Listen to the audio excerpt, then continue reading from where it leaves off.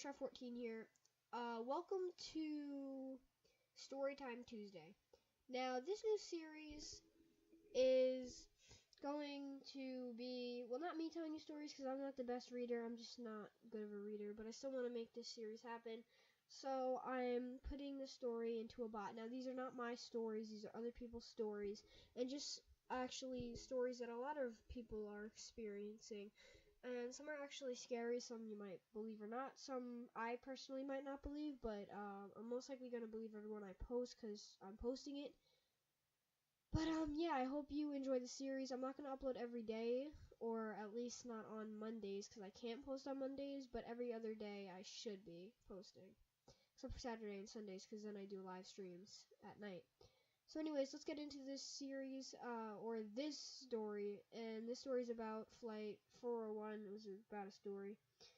But, yeah, I hope you guys enjoy, and, yeah. See ya. While I was at the parking lot behind my office building, I was getting my car to go to lunch with some colleagues. As I was about to enter the car, I heard someone calling my name out loud.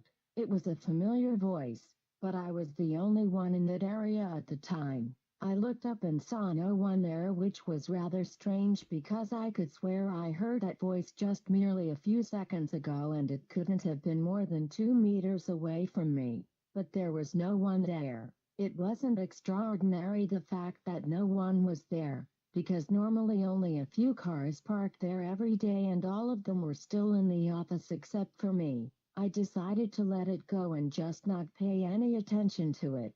But then as I was shutting the door and starting the engine, I heard the same voice calling me again. This time it was right next to my door and I didn't see anyone. It was impossible for me not to have caught that person in time since the voice came from just outside the door. Nobody could have run that fast and there wasn't a lot of space to hide anyways. I decided to get out of my car and looked around. I knew who the voice belonged to, but it was impossible for him to have been there, even though we work for the same company. But he is posted in another location quite far from here. Also, if he was in the building, he wouldn't have had the access to that particular parking lot anyways. I am used to strange spooking things happening to me. It happens randomly, so I never know what to expect. So I got back to the car again just to realize that 5 minutes has passed and still I have yet to leave for lunch with my colleagues. I started the car and as I closed the door I heard a voice calling me again. This time louder, and I knew something wasn't right.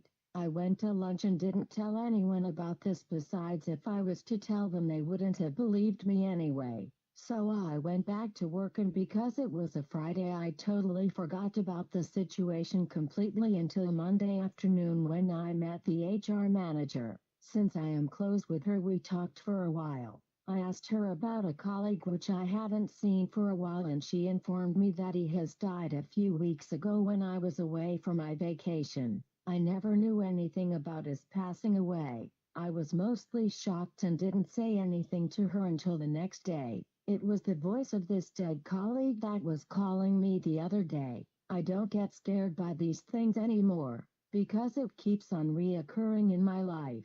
But the sad part about my deceased colleague is that he was just recently married and died from a car accident only 10 days after marriage. He was a good kid and worked very hard, and I guess he called out my name because he owed me money and never gave it back to me. It wasn't a big deal and I never thought much about it.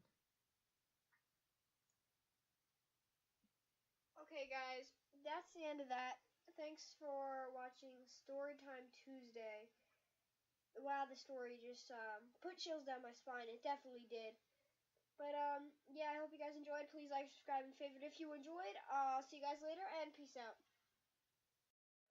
Tell me pretty lies, look me in the face, tell me that you love me, even if it's fake.